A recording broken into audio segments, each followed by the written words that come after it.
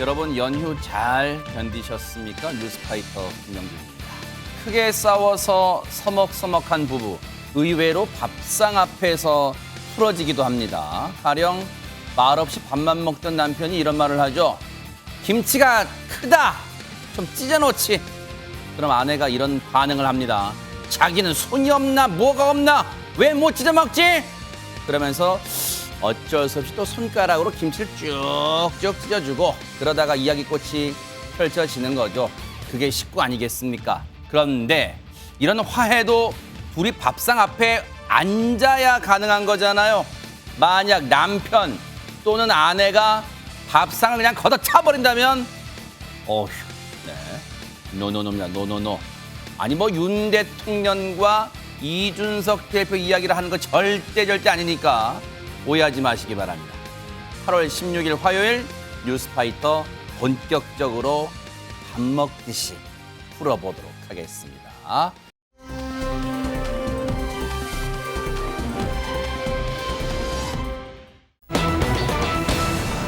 요 소식은 때마침 우리 김재섭 위원장이 제일 잘 아실 것 같아요. 조금 전에 국민의힘 비대위가 본격 출범했다 이런 얘기가 있어요.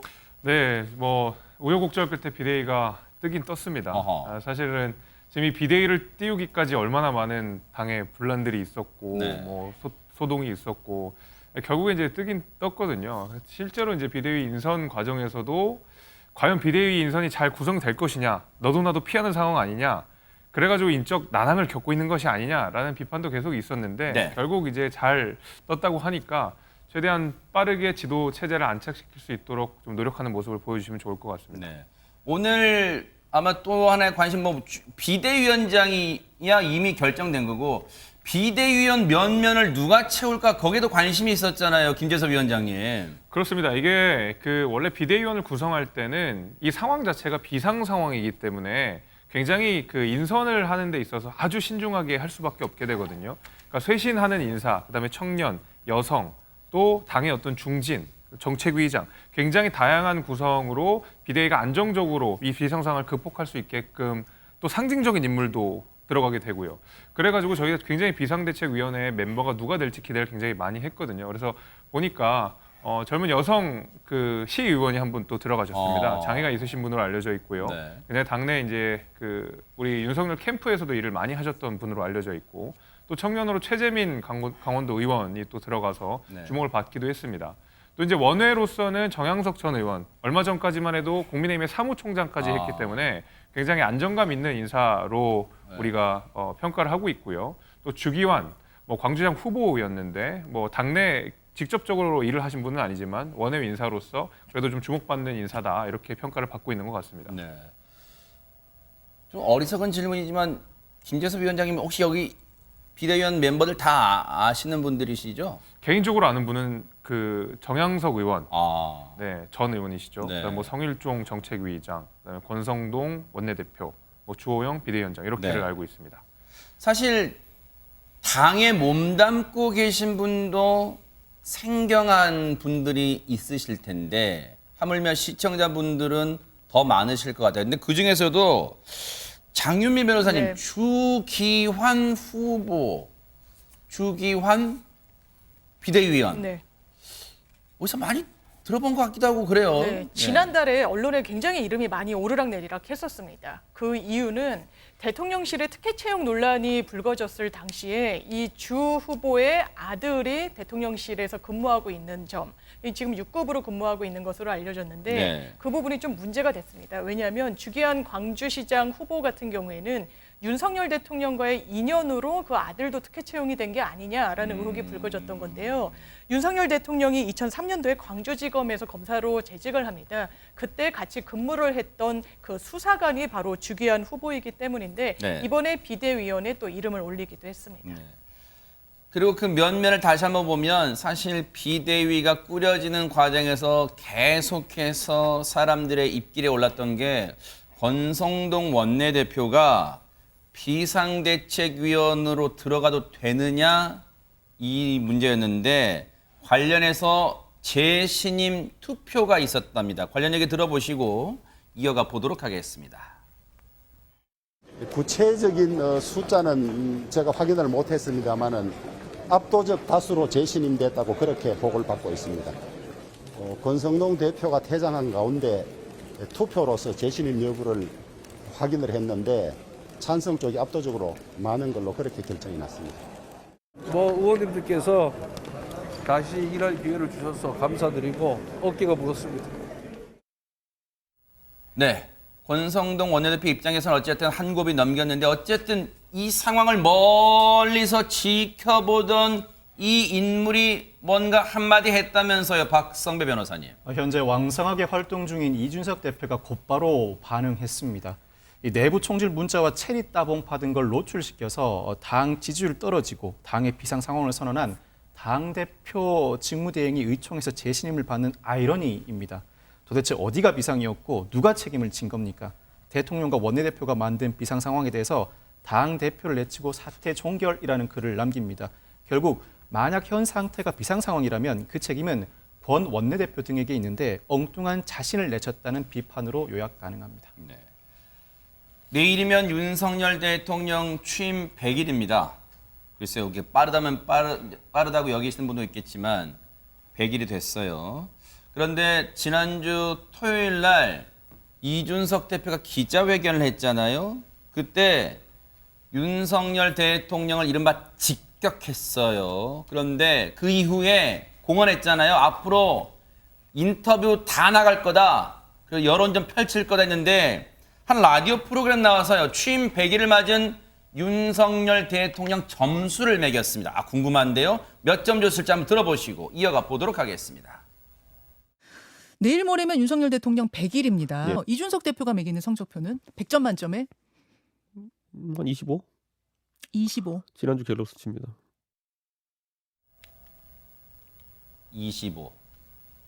뭐 노래 가사에 10점 만점에 10점 그런 게 있습니다만 지금 25점 만점이 아니에요. 100점 만점에 25점 줬다는 거예요.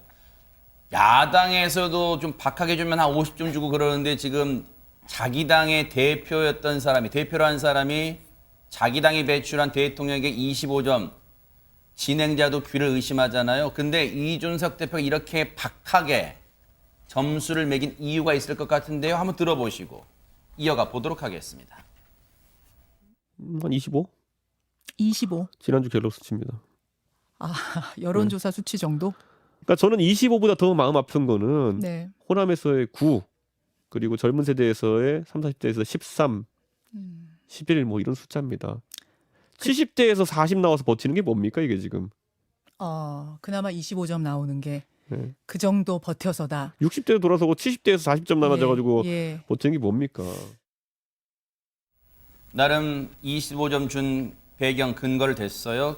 김재섭 위원장님 나오신 김에 25점, 100점 만점에 25점 동의하십니까? 어떻습니까? 이제 여당의 일원으로서 우리 이준석 대표님께서 너무 혹독한 평가를 하셨다라고 좀 생각을 되는데 실제로 이제 윤석열 대통령 당선의 1등 공신인 사람이 이준석 대표고 지금 이준석 대표가 지적했듯이 20대, 30대가 윤석열 대통령을 지지하는데 굉장히 큰 역할을 한 게 또 이준석 대표거든요. 그럼에도 불구하고 이준석 대표가 이렇게 저렇게 또 대표에서 해임되는 과정 속에서 20대, 30대의 마음들이 많이 떠났다라는 어떤 반성적 성찰 그리고 이에 대한 대통령에 대한 조금 더 날선 비판 이런 것들이 좀 같이 어우러지다 보니까 이렇게 굉장히 좀 낮은 점수를 좀 준 것 같은데요. 저는 이제 조금 우리 대통령에 대한 변명을 좀 해보자 그러면 실제로 이제 윤석열 정부가 취임한 이후에 잘하고 있는 일도 분명히 있습니다. 알려지지 않은 것들도 있고 조금 평가가 낮게 이루어지는 부분도 있거든요. 예를 들면 그전 정부에서 계속 문제 지적됐던 원전 관련된 정상화를 빠르게 지금 추진하고 있고 어떤 한미 동맹이라든지 이런 부분도 굉장히 굳건하게 강화하려는 노력들을 많이 하고 있거든요. 이런 어떤 정책적인 면에서 잘하고 있는 부분들도 우리가 평가를 한다 그러면 25점은 조금 이준석 대표가 가혹하게 평가한 것이고 더 잘하라는 채찍으로 저는 새기고 있습니다. 네. 100점 만점에 25점 뭐 굳이 점수로 친다면 뭐 대학교의 학점으로 쳐도 이건 낙제점보다 더 훨씬 낮은 건데 그만큼 25점이 갖는 의미 지금 국민의힘 상황이 비상사태다 뭐 그런 겁니까? 네, 아마 이준석 대표는 이런 이야기를 하고 싶은 것 같습니다. 일단 낙제점을 받을 대상은 국민의힘이 아니라 대통령실이다. 이러면서 언론 인터뷰를 통해서도요. 대통령실에서 비상사태를 선언해야 된다라고 이야기를 했는데 본인이 당대표직에서 물러나게 된 그 일련의 과정들을 보면 당이 위기 상황이고 최고위원회가 기능을 하지 못하니 비대위로 전환이 돼야 된다라는 당원 당규에 근거해서 지금까지 온 부분이 있습니다. 네. 근데 이준석 대표의 어떤 진단에 따르면 네. 이게 당의 문제가 아니라 대통령실의 문제다. 이 부분은 구분을 해서 평가를 해야 되고 오히려 대통령실이 이렇게 급락한 지지율에 대해서 비상사태까지 선포해야 되는 시점이다. 이렇게 또 역공을 펼치고 있습니다.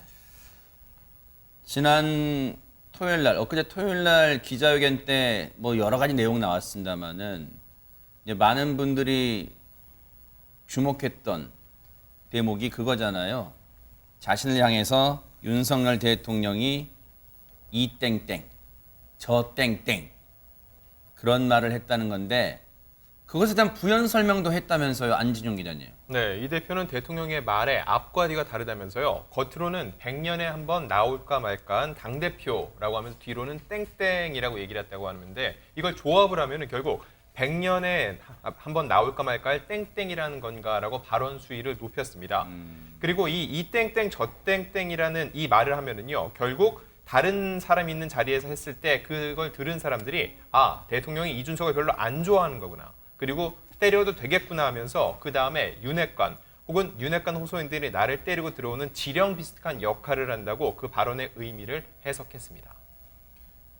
이거는 사실 뭐 이제 정치가 네. 뭐 해석의 영역이기도 합니다만 이준석 대표는 자신을 향한 당시 윤석열 후보겠죠. 윤석열 후보가 이 땡땡 저 땡땡 한 게 쉽게 말하면 자신을 향한 공격의 좌표를 찍었다 이렇게 해석하는 것 같아요. 아니 뭐 억울한 부분도 있고 일견 맞는 말일 수도 있어요. 그렇지만 사람이 이렇게 세상을 살면서 내가 직접 듣지 않은 이야기를 가지고 그 증거를 삼아가지고 뭘 하는 거는 옳지 않아요. 왜냐하면 대부분의 사람들이 말을 전달할 때는 그 사람을 공격하고 싶은데 남을 빌어서 공격하는 거거든요. 그러면 이준석 대표한테 저 말을 전달한 사람들은 왜 저걸 전달했을까? 당신 이렇게 얘기하는 것도 있어 라는 말을 할 때는 자기도 일정 부분 그거를 비난하고 싶으니까 남의 말을 인용하는 것이거든요. 그러면 제가 볼 때는 이런 그 특히나 높은 자리에 있는 사람들이 뒤에서 뒷담화로 한 얘기는 공식화되기 전에는 그걸 갖다가 어떤 정쟁의 도구나 어떤 입증 자료로 쓰는 거는 저는 적절하지 않다고 봐요. 왜? 그렇게 되면 그거는 제가 볼 때는 상당히 뭐 저급한 싸움으로 이게 돌아가게 되거든요. 그리고 그 정치에서 어떤 그동안 지켜져 왔던 금도 신사도 이런 것은 사라져 버리게 되거든요. 그래서 저는 이 땡땡 저 땡땡 그 얘기를 만약에 제가 들었다면 이랬을 것 같아요. 대통령한테 나한테 직접 하라 그래. 너가 전달하지 말고. 저는 그렇게 얘기했을 것 같거든요. 그런 측면에서 보면 이준석 대표가 지금 이렇게 공격하는 거는 좀 좋은 방법은 아니다. 저는 이렇게 좀 보여집니다. 그리고 본인도 책임이 이런 상황에 일정 부분 있다고 생각한다면 이거를 같이 해결하려고 해야지 저렇게 마치 바깥에서 유체 이탈 화법 쓰듯이 뭐 관전평 하듯이 이렇게 얘기하는 거는 좀 옳지 못하고 책임 있는 자세가 아닌 것으로 보여집니다. 시청자분들이 이해를 돕기 위해서 사실 세상에 이 땡땡 저 땡땡 발언을 이준석 대표 면전에서 했단 말이야. 그건 아닙니다. 그건 면전에서 했던 건 아니고 이걸 어떻게 전해 들은 건데 그 자리에 있었던 소속 의원이 전했다. 그 전해 들은 얘기를 지금 이렇게 얘기를 했다는 거예요. 참고하시기 바랍니다. 시청자분들이. 근데 기자회견 때 논란됐던 이제 표현 중에 자신이 양두구육을 했다. 사자성어 이제 인용하면서 쉽게 말하면 이제 그게 자기가 양의 머리를 쓰고 개고기를 팔았다. 근데 이제 윤석열 대통령이 그러면 개고기란 뜻인가? 뭐 이제 그런 논란도 있었단 말이에요. 그에 대해서 박성배 변호사님 여기에 대해서도 뭐 부연 설명했다면서요. 지난 13일 기자회견에서 이준석 대표가 일련의 상황을 보고 제가 뱉어낸 양두구육의 탄식은 저에 대한 자책감 섞인 질책이었다.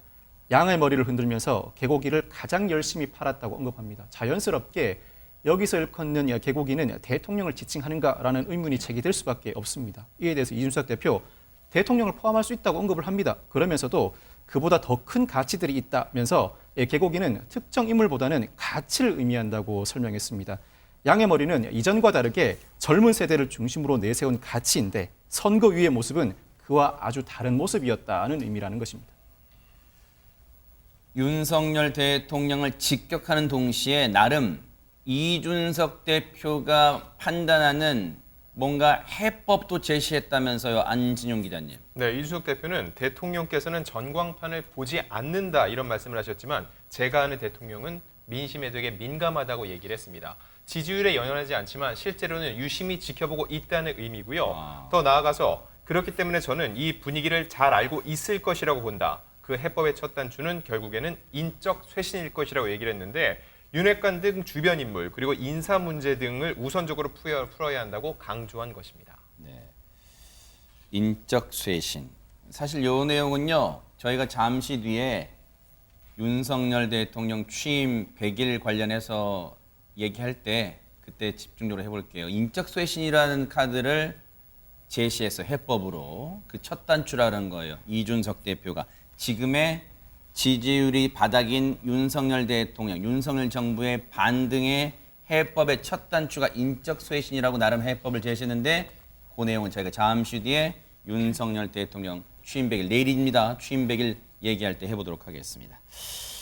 일단은 윤석열 대통령이 뭐 인적 쇄신이 어떻게 될지는 초미의 관심이에요. 그런데 장윤미 변호사님 이런 가운데 이준석 대표가 윤핵관들에 대한 어떤 직격도 빼놓지 않았다면서요. 네, 결단을 촉구했죠. 그 결단의 내용은 2년 뒤에 치러질 총선에서 험지 출마하라는 겁니다. 기자회견장에서 이른바 윤핵관이라고 지칭되는 의원들의 실명을 거론하면서 이 사람들이 과연 보수 정부의 성공을 원하는 사람들이냐 아니면 본인의 자리 보전에 좀 더 가중치를 두고 있는 사람들이냐라고 물으면서요. 만약에 보수 정부의 성공을 원한다면 그 진정성을 보여줘라. 험지 출마가 바로 그 방식이다라고 이른바 윤핵관을 그야말로 직격했습니다.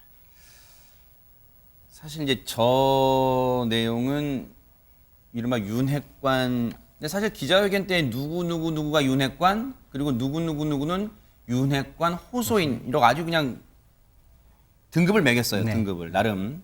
그런데 거론되는 분들 입장에서는 기분이 그렇게 썩 좋지는 않은데 쉽게 말하면 험지 지금 깃발만 꽂으면 당선되는 곳에서 박차고 나가서 진짜 풍찬 노숙하면서 배지 달아와라. 너희들 그럴 수 있느냐 윤핵관들 지금 이렇게 얘기하는 것 같아요. 그렇죠. 뭐 저 얘기는 사실은 뭐 충분히 할 수 있는 얘기입니다. 왜냐하면 당에서 깃발만 꽂아도 되는 지역은요, 사실 사관학교로 생각을 하면 돼요. 거기에서 초선 재선을 하면 그 인지도와 그 업적을 가지고 딴 데 나가서 외연을 확장하는 데 쓰는 게 맞습니다.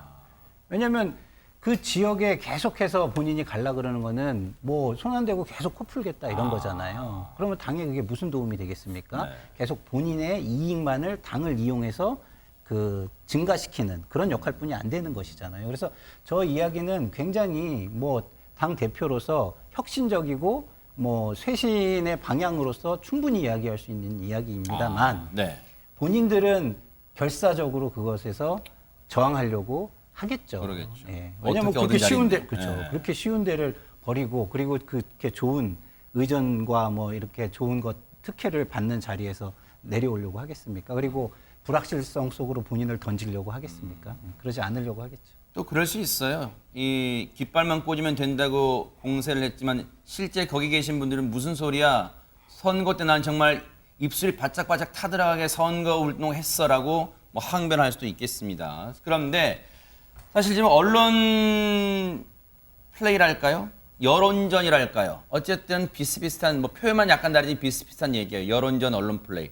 이걸 지금 활발히 하고 있잖아요. 지난주 토요일 날 기자회견 이후에. 그런데 그 과정에서 뭔가 서로의 앞뒤가 말이 180도 다른 대목에 대해서 또 조목조목 자기의 입장입니다. 물론 왜? 상대 측에서는 아직은 이렇다 할 얘기를 하지 않고 있기 때문에 뭔가 진실 게임 양상으로 번졌던 사안에 대해서 조목조목 또 설명을 했습니다. 그 얘기 들어보시고 이어가 보도록 하겠습니다.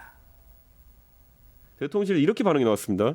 저녁 식사를 하지 않았다라고 했어요. 저는 대통령실에서 만약에 만남을 부인할 거면 그대로 제가 부인할 것이고 만약 긍정할 거면은 저는 긍정해서 대응을 니네한테 맞추겠다 이렇게 얘기했어요. 그랬더니만은 한 몇 분 있다 답이 왔는데 지금 입장 그대로입니다. 그 뭐냐면 저녁을 먹은 적 없다로 그냥 입장을 최종적으로 낸 거예요. 그 다음 날은 또 이제 만난 적도 없다 이러는 거예요. 그래 자기들 하고 싶은 대로 하게 했는데 결국에는 마지막 결론은 뭐냐면 이준석을 거짓말쟁이 만들기 위한 그런 작전으로 간 거거든요. 뭐 체리따봉 같은 거 겪고 나니까 야 이게 우연이 아니라 뭔가 의도적이었나라는 걸 느끼게 하는 지점들이 있거든요. 대통령 취임식 때 대통령 뒤에 제 얼굴이 안 나왔습니다. 대통령 정면 뒤에는 박지원 위원장이랑 윤호중 위원장 둘이 정면에 둘이 잡히고요. 저는 카메라 사선에서 벗어나 있었습니다. 그게 제가 정상적인 상황에서 저 같은 사람은요. 아이 그런 거야 무슨 실무자의 실수겠지 이렇게 하는 타입이거든요. 근데 어제 누가 그렇게 얘기하는 거고 진짜 그랬나? 일단 굵직한 두 가지 얘기를 했어요. 하나 짚어볼게요. 일단은 몇 달 전에 그 대통령 취임 이후입니다. 윤석열 대통령 취임 이후에 이준석 대표와 독대를 했는지 여부를 물론 한 언론 매체가 단독으로 보도했거든요. 그 이후에 이걸 만났네 안 만났네가 진실겜 양상이 번졌는데 그에 대해서 자신을 만난 게 사실인데도 대통령실은 안 만났다고 해서 자신을 거짓말쟁이로 몰았다. 또 이렇게 얘기하고 있습니다. 그렇죠. 이게 결국에는 대통령실이 거짓말을 하고 있다라고 얘기를 하고 있으면서 또 확인은 해줄 수 없다. 또 이렇게 얘기를 해요. 본인은. 이게 이준석 대표가 저는 굉장히 뭐 싸움에 능한 거는 알겠지만 마치 이것을 게임을 하듯이 이렇게 하는 건 저는 안 맞는 것 같아요. 왜냐하면 국민 앞에서 본인이 이야기를 하고 있는 거잖아요. 그럼 국민 앞에서는 굉장히 진실되고 그다음에 굉장히 심각하게 그 태도를 가져가야지 저렇게 본인의 어떤 그 유불리를 위해서 뭐 지금은 얘기할 수 없다. 그럼 사실상은 또 다 공격을 하면서 또 확인해 줄 수 없다. 이렇게 얘기하는 거는 저는 좀 맞지 않는 것 같고 이거를 게임 하듯이 지금 이런 식으로 하는 거는 좀 맞지 않는 것 같아요. 그래서 결국에는 뭐 본인이 지금 할 얘기가 있으면 아주 차분하게 그때 이런 일이 있었음에도 불구하고 대통령실이 이렇게 했다. 이건 아니지 않느냐라고 이렇게 좀 뭐랄까요? 있는 그대로 성실하게 이렇게 얘기했으면 좋겠습니다. 김재섭 위원장님. 네. 그래서 이제 뭐 언론 표현으로는 이준석 대표와 친한 인물로 분류된다. 뭐 이제 표현은 그래요. 김재섭 위원장이 두고. 그런데 이제 거기에 대해서 뭐 긍정 부정 뭐라는 건 아닙니다. 그런데 이제 혹시 잘 아실까봐. 근데 지금 이런 글쎄요. 그 당시에 비하인드 스토리라고 봐도 될지 모르겠지만 자기가 분명히 만났는데 대통령실 안 만난다고 말해서 결국 자기가 자기를 거짓말쟁이로 만들려는 프레임으로 몰고 간다까지 이제 말이 나왔어요. 그런데 시청자분들 그런 생각하실 거예요. 이준석 대표의 말이 맞다고 치자. 근데 이런 걸 이제 와서 밝혀서 끝내 폭로까지 해서 이준석 대표가 얻고자 하는 게 지금 얻는 게 뭐가 있지라고 근본적 궁금증을 가질 것이요. 만났다면 그래서 어쨌다는 건가? 지금 그래서 윤석열 대통령에게 어떤 뭐 타격을 주자는 건가? 지금 뭘 이준석 대표는 생각하는 걸까요? 저는 크게 두 가지 정도 보고 있습니다. 첫 번째로는 이준석 대표가 가처분 신청을 하지 않았습니까? 자신의 어떤 대표직이 박탈된 데에 대해서 이것은 절차적 정당성에 하자가 있다라고 해서 가처분 신청을 했는데 그 가처분 신청한 목적은 첫 번째로는 제 생각은 그래도 보수 정당이 법치주의를 표방하는 정당인데 이런 식으로 당원 당규를 왜곡하고 형해화하고 해서 실질적으로 탄핵이라는 절차를 거치지 않은 상황에서 대표를 탄핵하는 것이 법치주의를 표방하는 정당으로 맞느냐라는 메시지, 죽비를 치는 방식으로 저는 가처분 신청 하나를 했다고 생각이 되고요. 두 번째로는 과거에 있었던 일들, 그 다음에 익명으로 이루어졌던 인터뷰들을 지금 와서 다 수면 위로 꺼내고 있거든요. 그러니까 이준석 대표가 처음부터 끝까지 일관되게 이야기한 것은 이면 인터뷰하지 마라, 익명 인터뷰하지 마라. 그냥 정면으로 하고 싶은 말이 있으면 하고 싸울 일이 있으면 싸움하고 타협할 일이 있으면 타협하자라고 하는 것이 이준석 대표가 취임 이후에 일관되게 보여준 태도였습니다. 네. 그렇기 때문에 사실은 이 대통령실과 이준석 대표의 입장이 엇갈리는 내용 중에서도 사실은 저는 그 누군가를 비판하고 싶다는 생각이 이준석 대표의 머릿속에 있는 거라고 생각이 됩니다. 말하자면 중간에서 이루어지는 암투, 정치적인 뭐 분쟁 이런 것들을 이면에서 하지 말고 다 앞으로 꺼냈고 제대로 한번 싸워보자라는 생각이 아마 머릿속에 있을 텐데요. 이준석 대표랑 가깝다는 말씀을 하셨기 때문에 제가 이준석 대표에게 직접 들은 이야기를 말씀을 드리게 되면 이준석 대표는 확실히 대통령에 대한 신뢰가 있었던 사람입니다. 공공연하게 외부에서도 그랬고 사석에서도 그랬고 대통령에 대한 신뢰를 여러 번 피력한 사람이거든요. 예를 들면 이런 것도 있었습니다. 과거에 보면 윤핵관들이야말로 윤석열 대통령의 진위를 왜곡하는 사람들이다. 이 사람들에 대한 비판을 굉장히 많이 했었어요. 오히려 대통령의 심중을 못 읽고 있다. 이런 비판을 했거든요. 내가 오히려 윤석열 대통령의 심중을 더 잘 이해하고 있다라고 이야기를 하면서 윤석열 대통령과 본인의 어떤 신뢰관계들을 여러 번 피력을 한 적이 있거든요. 근데 그 신뢰관계를 해치는 누군가가 중간에 있었다라는 얘기거든요.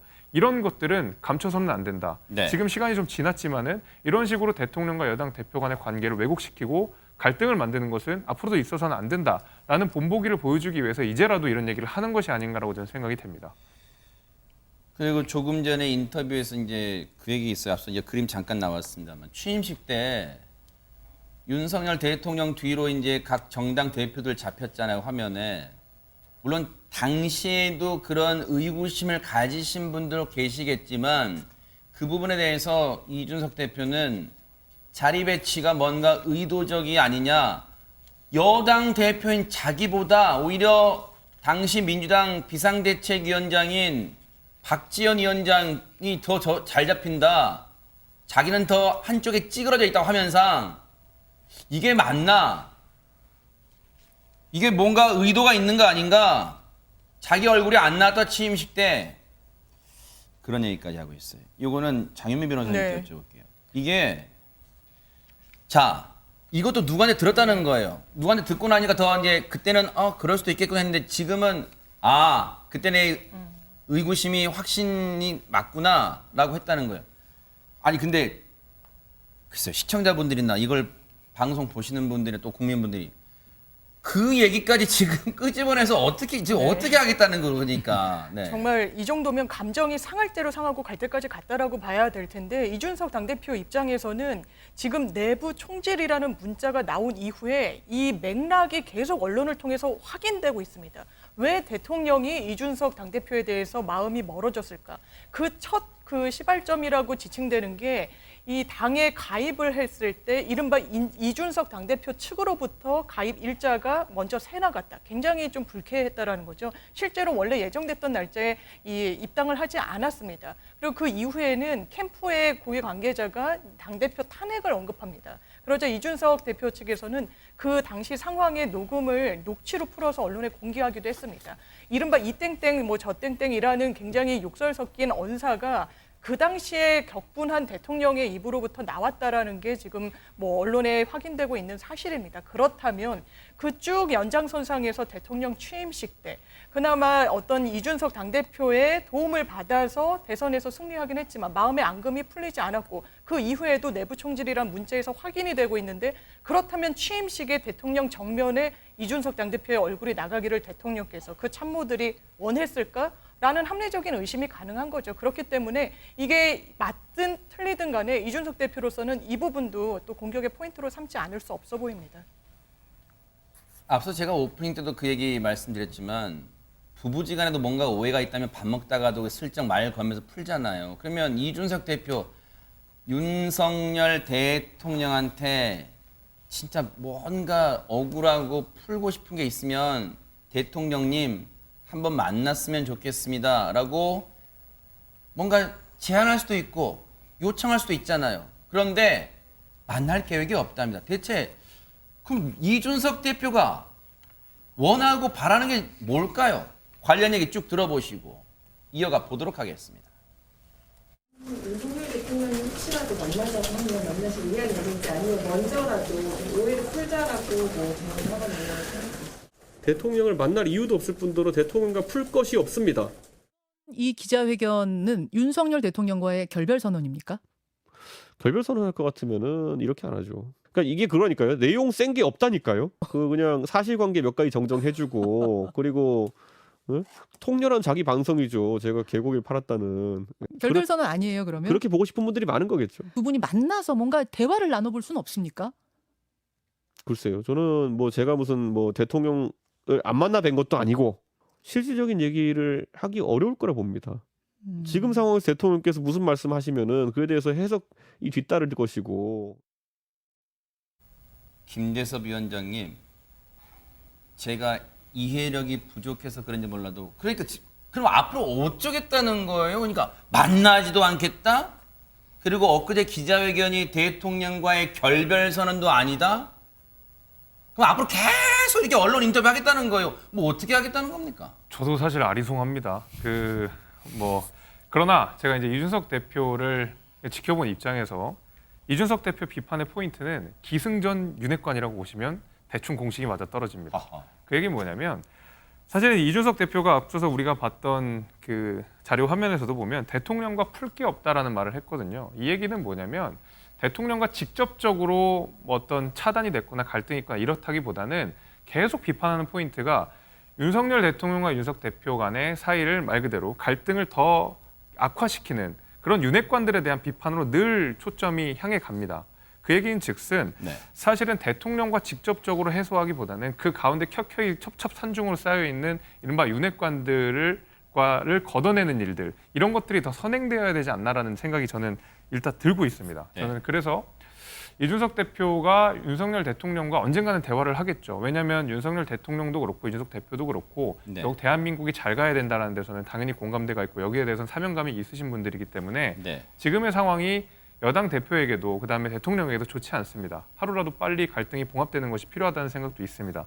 그렇기 때문에 언제든지 터놓고 이야기할 필요가 있겠습니다마는 대통령께서 지금 당장 이준석 대표를 만난다고 하더라도 계속 오해를 불러일으킬 수가 있고 지금 그 대한민국의 원수가 대표를 이제 전직 대표가 된 분을 만나서 어떤 사과를 한다든지 대화를 한다는 것 자체 모양이 그렇게 좋지 않습니다. 대한민국 국민들이 보시기에도 좋지 않다고 생각이 돼서 이준석 대표는 시간이 필요하다. 그다음에 그 가운데서 대통령과 이준석 대표 사이의 갈등을 더 격화시키는 윤핵관들이야말로 반성을 해야 된다. 여기가 정리가 돼야 된다라는 식으로 저는 해석하고 있습니다. 글쎄요. 윤핵관으로 지칭된 분이나 윤핵관 호소인들로 등급이 매겨진 분들이나 반성할까요? 가능성이 그렇게 높아 보이진 않는데 어쨌든 윤석열 대통령 생각과 의중이 이 대목에서 궁금한데 그건 저에게 잠시 뒤에 아껴놨다가 한번 풀어보고요. 이준석 대표가요. 대통령 측으로부터 대통령이 아닙니다. 대통령 측으로부터 충격적인 제안을 받은 사실까지 털어놨습니다. 한번 들어보시고 이어가 보도록 하겠습니다. 지난달 초에 대통령 측과 자진 사퇴 시기를 조율한 중재안이 오갔다라는 보도가 있었습니다. 맞습니까? 누가 그 얘기해서 저는 이런 제안 거절했어요. 그게 답니다. 누가 이런 식으로 계속 흘리겠죠. 뭐 오고 갔다 이런 식으로. 저는 듣자마자 이런 제안 거절했습니다. 그걸. 왜냐하면 지금 상황에서 이런 것들을 협의한다는 것 자체가 오해를 사기 딱 좋고 기본적으로 신뢰관계가 없기 때문에 제가 거기에서 조금이라도 관심을 보이고 이러면은 당신들이 나가가지고 이준석이 협상을 한다라고 할 거 아니냐. 어쨌든 애둘러지만 자진 사퇴 시기 조율했다는 것은 인정했네요. 그 사실이 있었다는 걸 인정했네요. 근데 누군지는 뭐 밝히지 않고 있습니다만. 네네. 그러니까 이렇게 뭐 오간 그 대화들이 이준석 대표 입장에서는 또 섭섭했을 거예요. 자진 사퇴하라고 하는 게. 근데 이제 자진 사퇴가 최고의 해법이었다면 이준석 대표에게도 무언가를 주었어야 돼요. 그러면은 사퇴하고 난 후에는 그럼 당신에게는 이런 걸 통해서 이렇게 명예회복을 해준다든가 이렇게 하고 싶은 바를 함께 도모할 수 있게 해준다든가 이래야 되는 거지. 그냥 일방적으로 자진 사퇴 뭐 선당후사를 해라 이런 거라면 그게 선당후사인 건지 아니면 나한테 굴복하라는 것인지 예? 그거를 어떻게 받아들여야 될지 잘 모르는 상황이 되지 않겠습니까? 그래서 제가 볼 때는 대통령실이 지금이라도 정치를 복원하고 싶다면 이준석 대표에게도 무언가를 제안하면서 정치를 복원해야지 100% 자기들이 이기고 이준석 대표는 철저하게 무릎을 꿇어라. 이런 방식은 안 된다. 이런 말씀을 드리고 싶네요. 상황이 이제 이러다 보니까 자연스럽게 시청자분들 관심이 박성배 변호사님 혹시 이준석 대표 머릿속에는 당을 이참에 아예 하나 만들어 그런 생각이 있는 거 아니야라고 궁금해하실지도 모르겠습니다. 그렇지만 이준석 대표는 자신의 신당 창당설을 부인하고 있습니다. 신당을 만들려면 당내에서 정치적 공간이 없어야 하는데 자신은 오히려 당내에서 충분한 정치적 공간을 확보하고 있다고 주장했습니다. 일련의 사태에 대한 당원들의 반응이나 여론조사 결과를 두고 볼 때 상당한 지지세를 부추가고 있다는 자신감의 표현입니다. 그러면서 국민의힘에서 정치를 한다면 물리적으로 자신이 가장 오래 정치를 하게 될 텐데 젊은 세대의 생각을 담고 더 넓은 지지층을 가진 국민의힘을 만들기 위한 아이디어를 선보이겠다고 강조하기도 했습니다. 네. 비대위가 출범하면서 이준석 대표의 운신의 폭이 좁아졌다는 일각의 평가를 일축하고 자신의 지지세가 만만치 않음을 과시하고 있습니다. 이를 통해 여기서 머물지 않고 자신의 지지세를 더 확대하겠다는 의도로 풀이됩니다. 정치에서 물론 100%라는 건 사실 찾아보기가 드문데 일단은 국민의힘에 계속 남아있겠다는 의지를 드러냈어요. 근데 오히려 김상일 평론가님, 네. 반면 자기는 끝까지 남아있겠지만 오히려 네. 그런 거예요. 나는 남아있을 텐데요. 오히려 이 사람들이 당을 박차고 나갈 것 같은데요. 라고 언급한 사람들이 있습니다. 누구를 언급했습니까? 소위 말하는 이제 윤핵관들이죠. 네, 뭐 신당을 창당하거나 정계를 개편할 것이다 이렇게 얘기를 하는 건데 그러려면 전제 조건이 있어요. 뭘까요?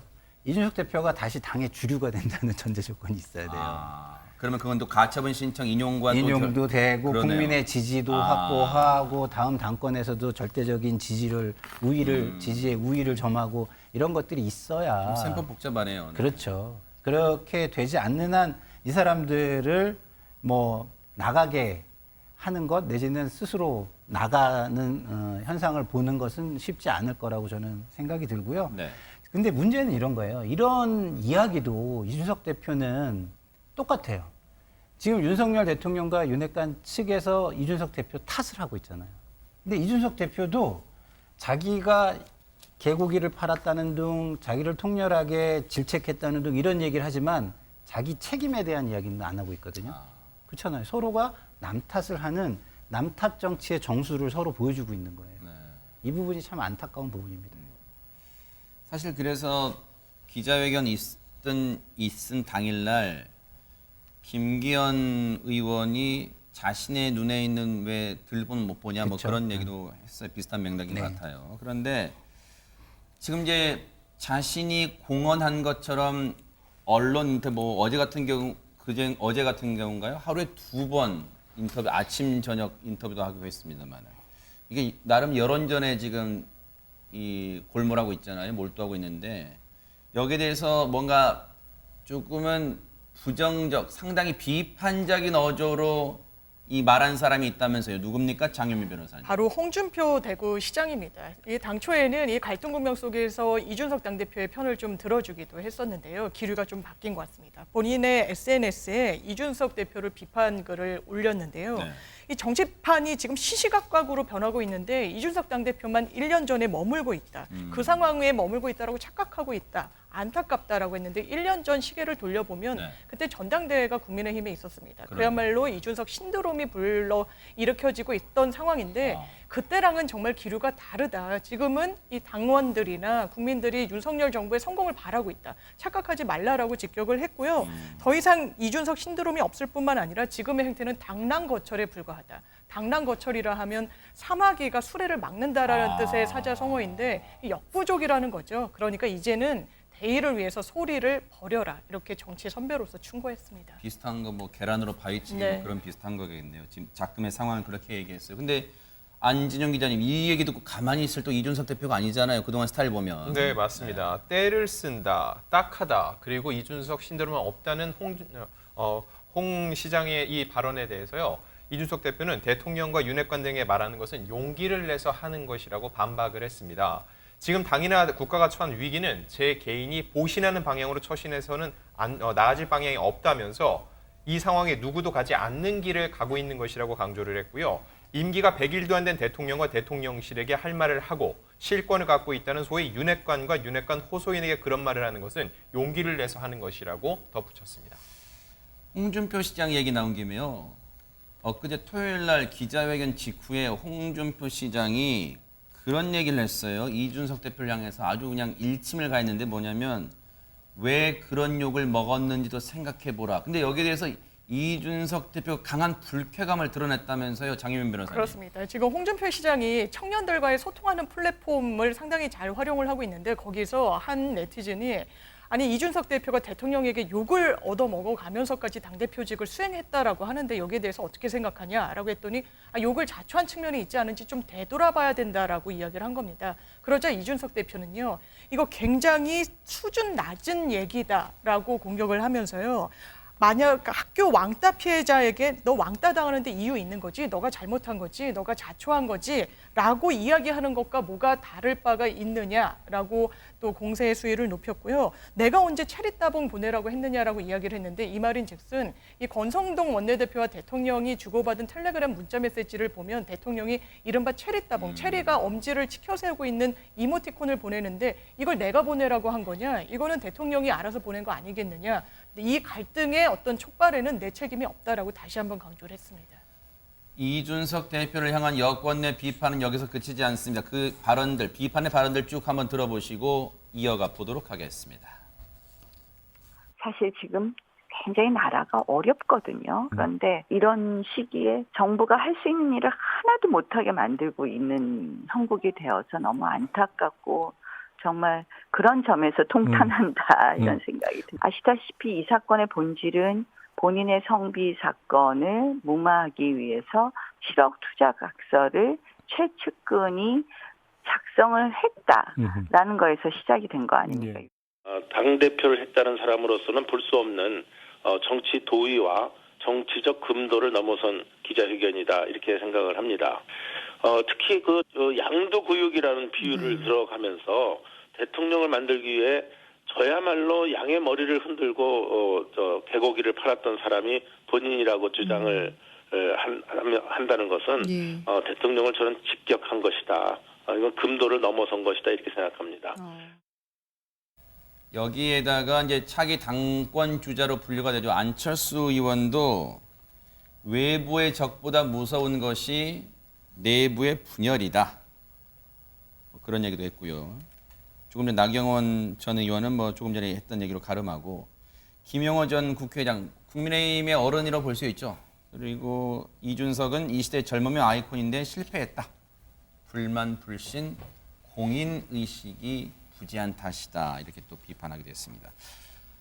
근데 이제 이렇게 또 차기 당권 노리는 사람들이나 중진들 이렇게 비판도 나오고 있습니다만 윤핵관 호소인 앞서 기분이 나쁠 수 있잖아요. 윤핵관은 그나마 글쎄요. 받아들인 입장에서는 나 그래 윤핵관 인정하는 거구나 이준석 대표가. 근데 윤핵관 호소인으로 분류된 인물들은 좀 딱히 기분이 더 좋지는 않을 것 같은데 그 윤핵관 호소인으로 지목당한 인물이 비판에 가세했다면서요. 안진영 기자님. 네, 이 기자회견에서요. 권성동 원내대표와 장제원, 이철규 의원을 윤핵관들로 그리고 지금 보시는 것처럼요. 정진석, 김정재, 박수영 의원을 윤핵관 호소인으로 지목을 했는데 이 중에서 김정재 의원이 오늘 오전 한 방송에 출연해서 발언을 했습니다. 권력 투쟁으로 몰고 가서 지금 당내를 한마디로 분탕질하는 것이라고 목소리를 높였고요. 그러면서 이준석 대표가 자신을 윤핵관 호소인으로 지칭한 것에 대해서는 사안의 본질을 흐리기 위한 하나의 작전이라고 주장했습니다. 네. 여기까지 들으면 당 내에서는 죄다 이준석 대표 비판하는 목소리밖에 없어라고 이제 생각하실 거예요. 그런데 이준석 대표의 행보를 다른 시선으로 보면서 힘을 실어주는 목소리도 있다고 합니다. 한번 들어보시고 이어가 보도록 하겠습니다.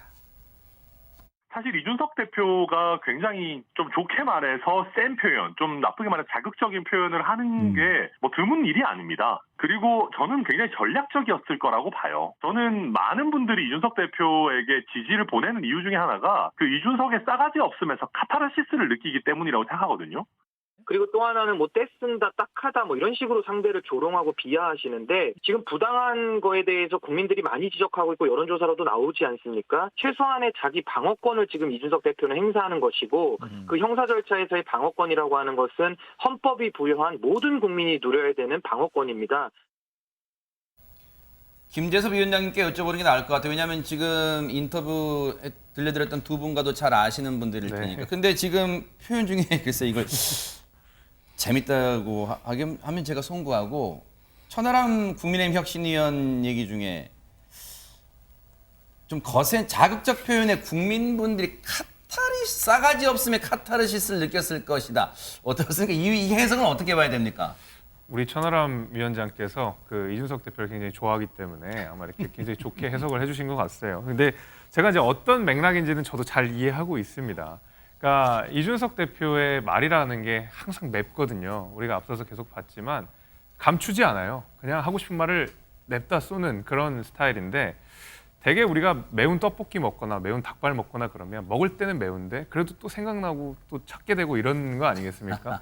먹을 때는 괴로워도 네. 아마 이제 그런 의미일 거예요. 그 이준석 대표의 말이 굉장히 맵지만 실제로 해야 될 말을 하고 있다. 거기에 대해서 국민들은 일종의 해소감 같은 걸 느끼고 있다라는 말을 천하람 위원장이 간접적으로 전달을 했다라고 생각이 되고 실제로 지금 이준석 대표 행보들을 보게 되면 뭐 젊은 사람이라는 상징성도 있고 젊은데 당대표가 된 사람 이런 것도 있고 좀 당원 당규를 상당 부분 우회해서 대표직을 상실한 사람 이렇게 지금 포지셔닝이 잘 되어 있는데 그러다 보면은 이준석 대표가 지금 정치권에 상징하고 있는 것은 굉장히 젊은 사람이 부당한 어떤 대우를 받아서 단기 필마로 무쌍을 하고 있다. 뭐 이렇게 지금 보여질 수가 있거든요. 그럼 거기에서 느껴지는 젊은 세대의 동질감 같은 것들이 있을 겁니다. 그러니까 말하자면 꼰대 문화에 저항하는 이런 것들도 아마 젊은 세대들이 이준석 대표를 통해서 가치간접적으로 해소감 같은 걸 느낄 텐데 아마 천하람 위원장은 그런 이 상황을 빗대어서 카타르시스를 느낀다라고 아마 이야기를 한 것이 아닌가라고 저는 생각이 됩니다. 아니 근데요. 네네. 저 정치 지도자들은 절대 해서는 안 되는 말이에요. 왜냐하면 저렇게 하면 카타르시스를 느낀다. 그러면 일반 국민들은 어떻게 생각하겠어요? 아, 그렇게 해서 카타르시스를 느끼게 해도 되는구나라는 거잖아요. 그러면 정치가 모범을 보이고 국민을 좋은 방향으로 끌어가는 데 기여를 해야 되는데 네. 국민을 무시하거나 아니면 국민들을 그렇게 해도 된다라는 메시지를 발신하는 거잖아요. 네. 이런 얘기는 지도자로서는 저는 절대 해서는 안 되는 얘기다. 이런 말씀을 좀 드리고 싶네요. 그러면 이런 시각은 뭐예요? 앞서 얘기 중에 카타르시스는 그렇다 치더라도 왜냐하면 받아들이기에 조금 무리가 있을 수 있기도 하니까. 근데 자극적인 표현이 이준석 대표의 자극적인 표현들이 전략이었을 거라는 해석은 어떻게 봐야 됩니까? 저는 공감되는 부분이 있습니다. 왜냐하면 이준석 대표가 이른바 공중전, 여론전을 펼치고 있는데 이 부분이 잘 먹히지 않는다면 본인이 싸움에 능한 정치인으로서 금방 철회했을 겁니다. 그런데 수위를 점점 높여가면서 이런 여론전을 펼친다? 지금 윤석열 대통령에 대한 지지율이 상당히 좋지 않습니다. 지금 30%대에도 못 미치는 지지율이 나오고 있는 그런 상황 속에서 본인이 대통령을 직격해도 이 부분이 국민들의 어떤 동의를 얻을 것이다. 국민들이 고개를 끄덕거려 줄 것이다라는 어느 정도의 자신감이 있기 때문에 이렇게 수위를 높이는 아주 매우 좀 아픈 공격을 하는 부분에 있어서는 이런 뒷배경이 분명히 있다라고 봐야 될 거라고 생각합니다. 네. 뭐 신윤규 변호사도 이제 그동안 쭉 이준석 대표를 이제 옹호하는 쪽이었는데 더 나아가서 이준석 대표를 비판한 홍준표 시장까지도 비판했다면서요, 박성배 변호사님. 신인규 변호사가 어제 SNS에 당 주류의 속내라는 제목의 글을 남깁니다. 홍준표 대구시장을 겨냥해서 젊은 표심을 이용해 대구시장에 당선됐지만 대구시정보다는 중앙정치에 관심을 기울이고 있다고 직격했습니다. 아울러 이준석 신드롬이 사라졌다는데 변화와 개혁의 열망이 이준석 당대표를 통해 투영되고 있음에도 그 흐름을 못 읽고 있으니 애석하기 그지없다. 대구시는 그렇게 한가한지 묻고 싶다고 지적했습니다. 이 와중에 윤석열 대통령과 이준석 대표에게 뭔가 화해의 길을 제시하는 목소리도 있답니다. 들어보시고 이어가 보도록 하겠습니다. 이 대표나 또는 뭐 윤 대통령이나 좀 더 소통하고 다시 한번 같이 갈 수 있는 길을 모색할 필요가 있다는 생각이 듭니다. 지난번에 그 대선 과정에서도 많은 우여곡절을 겪지 않았습니까? 예. 우리가 힘을 모아서 다 함께 해도 참 이 난구가 헤쳐나가기 쉽지 않은데 예. 자꾸 이렇게 누구를 배제하는 거는 좀 좋은 방법은 아니다. 어떻게 해서든지 같이 가야 된다. 가능성이 있다. 전반적으로 뭐 서로의 어떤 간격은 굉장히 넓혀졌지만은 그러나 대통령의 성격상 굉장히 다독이고 그걸 안고 크게 가는 그런 스타일이기 때문에 그런 차원에서 저는 생각하는 겁니다. 뭐 노래 네. 가사도 뭐 가까이 하기엔 너무 먼 당신도 있습니다만, 근데 뭔가 매듭이 풀어지고 묶인 매듭 풀어지고 봉합되기에는 너무 멀리 오지 않았나 하는 그런 생각도 있을 것 같아요. 근데 정치는 극적인 반전이 가장 큰 반향을 일으키거든요. 이렇게까지 가다가 둘이 합쳐지는 모습을 보이면 어떻겠어요? 굉장히 극적인 반전이 되겠죠. 그리고 정치는요, 상상력의 산물이지 뭐 이렇게 정해져 있는 것대로 움직이는 게 저는 아니라고 봐요. 1 더하기 1이 2가 아닐 수도 있다는 얘기잖아요. 100이 될 수도 있고 마이너스가 될 수도 있고 뭐 그런 것이죠. 그래서 저는 저 최재형 위원장의 말이 정답이라고 봅니다. 정치의 본령은 국민의 갈등을 해소하고 문제를 해결하는 거예요. 네. 근데 본인들의 갈등과 문제는 전혀 해결하지 못하고 남을 굴복만 시키려는 정치, 그런 정치를 하는 정치인이 네. 국민을 위해서 무엇을 할 수 있겠습니까? 그런 측면에서 저 최재형 위원장의 이야기는 정치가 복원돼야 한다. 네. 그리고 정치 복원을 위해서 양측이 나서야 된다라는 어떤 뭐라고 할까요? 조언 이런 거를 하는 것이라고 저는 보여지고 네. 그것을 좀 빨리 좀 자기의 현실에 비추어서 좀 분석을 해봐야 될 것 같아요. 네. 왜냐하면 현실은 지금 따로따로 가서는 양쪽 다 좋은 결과를 맞이하기 어렵거든요. 아하, 네. 내일이 17일입니다. 자, 이게 이준석 대표가 법원에 대한 가처분 신청이 내일 일단 신문 기일이 잡혀 있어요. 근데 언론에서는 박성배 변호사님 이르면 내일 당일날 나올 수도 있다 이런 얘기가 있는데 때마침 날이 지금 공교로워요. 내일. 내일 17일이 윤석열 정부 출범 100일입니다. 공교롭게도 이준석 대표가 신청한 가처분 신청 사건의 신문 기일도 내일 예정돼 있습니다. 원래 가처분 사건은 서면 심리만으로 재판을 진행합니다. 그렇지만 이 사건처럼 임시의 지위를 정하기 위한 가처분의 경우에는 신문 기일, 즉 재판을 엽니다. 중요한 사건의 경우에는 재판을 여러 차례 열기 마련이지만 이 사건의 경우 비대위 출범이 목전 앞으로 다가와 있는 상태이기 때문에 내일 곧바로 법원이 심리를 마치고 결론을 낼 가능성도 있습니다. 네. 만약 가처분이 인용될 경우에는 비대위가 출범하자마자 좌초를 맞게 됩니다. 김재섭 위원장님. 예.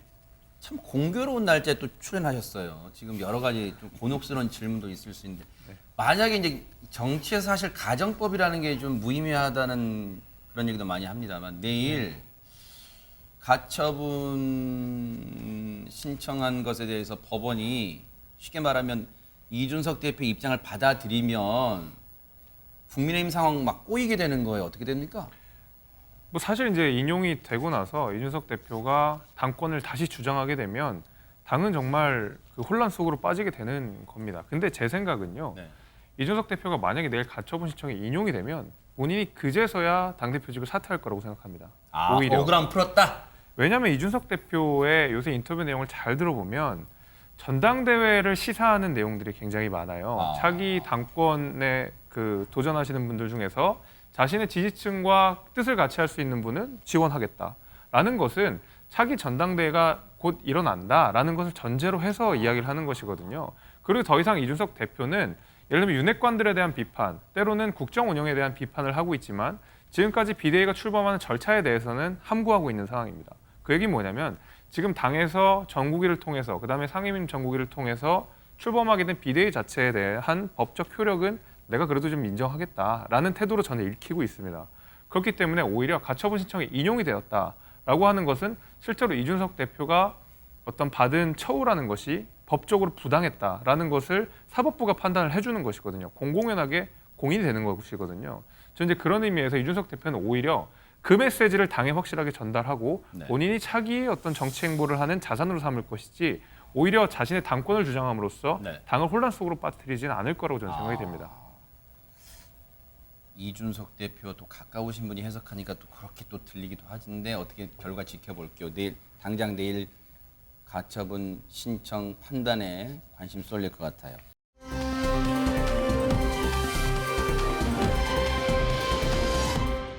그래서 얘기 나온 김에 그 얘기 해볼게요. 바로 내일 출범 취임 100일 맞아요. 아마 이 순간 지금 가장 궁금한 게 윤석열 대통령이 작금의 사태에 대해서 어떻게 생각하고 있을까? 또 기자회견 토요일 날 있었던 이준석 대표 기자회견에 어떻게 생각하고 있을까? 그걸 겁니다. 오늘 아침 출근길 약식문답 얘기 좀 들어보시고 이어가 보도록 하겠습니다. 결국은 어떤 변화라고 하는 것은 결국은 국민의 이 민생을 제대로 챙기고 국민의 안전을 꼼꼼하게 챙기기 위한 변화여야지 어떤 뭐 정치적인 어떤 득실을 따져서 할 문제는 저는 아니라고 생각하고 있고 휴가 기간부터 제 나름대로 생각해 놓은 것이 있고 국민을 위한 쇄신으로서 꼼꼼하게 실속 있게 내실 있게 변화를 줄 생각입니다. 네. 얘기 들어보니까 안진용 기자님, 이준석 대표 기자회견 관련 질문에 대한 답변 같은 건 아닌 것 같아요, 지금. 네, 이 기자회견에 대한 직접적인 질문이 나오지 않았지만요. 지금 저 답변이요. 이준석 대표가 현 상황을 타개하기 위해서는 인적 쇄신이 필요하다고 얘기를 했는데 그 인적 쇄신에 대한 얘기였습니다. 윤 대통령은 국민의 민생을 제대로 챙기고 국민의 안전을 꼼꼼히 챙기기 위한 변화여야 한다고 강조를 했고요. 네. 국민을 위한 쇄신으로 꼼꼼하게 실속 있게 내실 있게 변화를 줄 생각이라고 답변을 했습니다. 네. 이어서 광복절 경축사에서 일본군 위안군 피해자에 대한 메시지가 빠진 것에 대한 질문, 계속되는 집중호우 관련 대책을 묻는 질문에 대한 답변을 내놨습니다.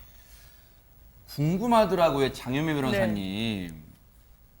토요일 날 기자회견 했고 광복절 연휴 기간에 일요일 지났고 광복절 월요일 지났고 오늘 출근길 약식문답이면 기자들이 대통령실 출입하는 기자들이 누가 먼저 할 거 없이 주말 사이에 이준석 대표 기자회견 어떻게 들으셨습니까? 라고 물어볼 법도 한데 네. 질문이 아예 안 나왔대요. 아예 안 나왔죠. 그러니까 어떤 질문이 나오는지도 관심사지만 어떤 질문이 안 나왔는지도 사실 관심사인데요. 왜 안 나왔을까? 아마 기자들 사이에 암묵적인 합의가 있지 않았을까 싶습니다. 기자들은 국민을 대신해서 질문하는 사람들이기 때문에 뭐 대통령이 곤란할까 봐 이 질문을 일부러 회피했다라고 보기는 어려워 보이고요. 이른바 내일 장서는 날이라고 볼 수 있습니다. 취임 100일 기자회견이 40분 이상 예견돼 있고 대통령의 모두 발언이 끝난 이후에는 이 기자들의 질의응답에 대통령이 직접 본인의 육성으로 설명할 수 있는 그런 기회가 당장 내일로 다가왔기 때문에 네. 이 부분을 좀 아껴둔 질문이랄까요? 그렇게 좀 보시면 될 것 같습니다. 그럴 수도 있을 것 같아요. 네. 그럼 얘기 나온 김에 내일 취임 100일이에요, 김상일 평론가님. 네. 물론 미리 보는 취임 100일 기자회견 해본다면 어떤 얘기들이 나와야 될까요? 국민들이 흡족해 하시려면.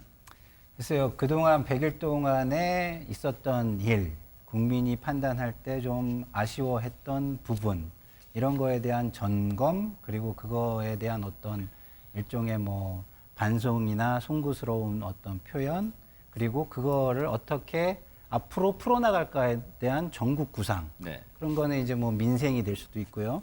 당내 분란의 문제가 될 수도 있고요. 대통령실이나 김건희 여사에 대한 부분도 될 수 있고, 그런 것들을 또 구체적으로 얘기할 수 없는 거는 좀 애둘러서 표현을 네. 해서라도 메시지를 내지 않을까 이런 생각이 듭니다만 네. 이것은 제 희망이 많이 섞여 있는 이야기고요. 네. 제 희망이 섞여 있는 메시지가 나오지 않는다면 제가 볼 때는 국민 관점에서라고 일성을 냈던 네. 대통령의 진정성은 국민에게 네. 그렇게까지 피부로 다가가지 않을 가능성이 있다. 아하. 이렇게 보여집니다. 취임 100일 맞아서 언론사들이 잇따라 성적표 여론조사를 내놓고 있잖아요. 장윤미 변호사님 어떻게 나왔습니까? 그렇습니다. 100일 성적표가 나왔는데요. 네. 한국 리서치가 KBS에 의뢰해서 지난 12일부터 14일 성인 남녀 1000명에게 물었습니다. 잘하고 있다라는 응답률 28%에 그쳤고요. 잘못하고 있다 67%였습니다.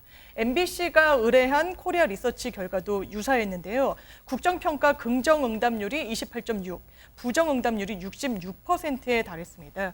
또 CBS가 의뢰한 조원 CNI의 어떤 여론조사 결과를 보면 윤 대통령이 국정 운영을 잘하고 있다는 응답 32.9%, 국정 운영 잘못하고 있다 66.6%로 집계가 됐습니다. 이런 가운데 더 눈에 띄는 여론조사도 있다면서요. 안진용 기자님 어떤 겁니까? 네, 이번엔 KBS가 한국 리서치에 의뢰해서요. 낮은 국정 운영 지지율의 책임은 누가 있는지를 질문했습니다. 이거에 대해서 전체 응답자의 46.2%가 윤 대통령 본인에게 있다고 답을 했고요. 이어 윤핵관 등 핵심 측근 19.7%, 야당이 10.2%, 참모진이 9.1%, 그리고 이준석 대표가 7.9%로 집계가 됐고요.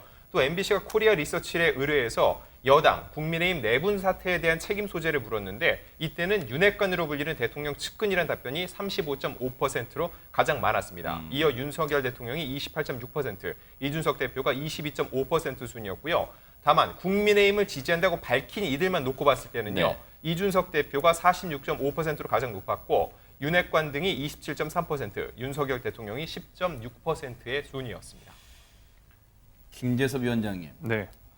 지지율 낮은 것도 대통령 본인 책임이 크고 현재 국민의힘 위기에 대한 책임은 윤핵관 다음으로 윤석열 대통령이 크고 대통령 입장에서는 상당히 곤혹스럽고 내일 분명히 이 질문이 나올 것 같기도 해요. 답변을 해야 될 것 같습니다.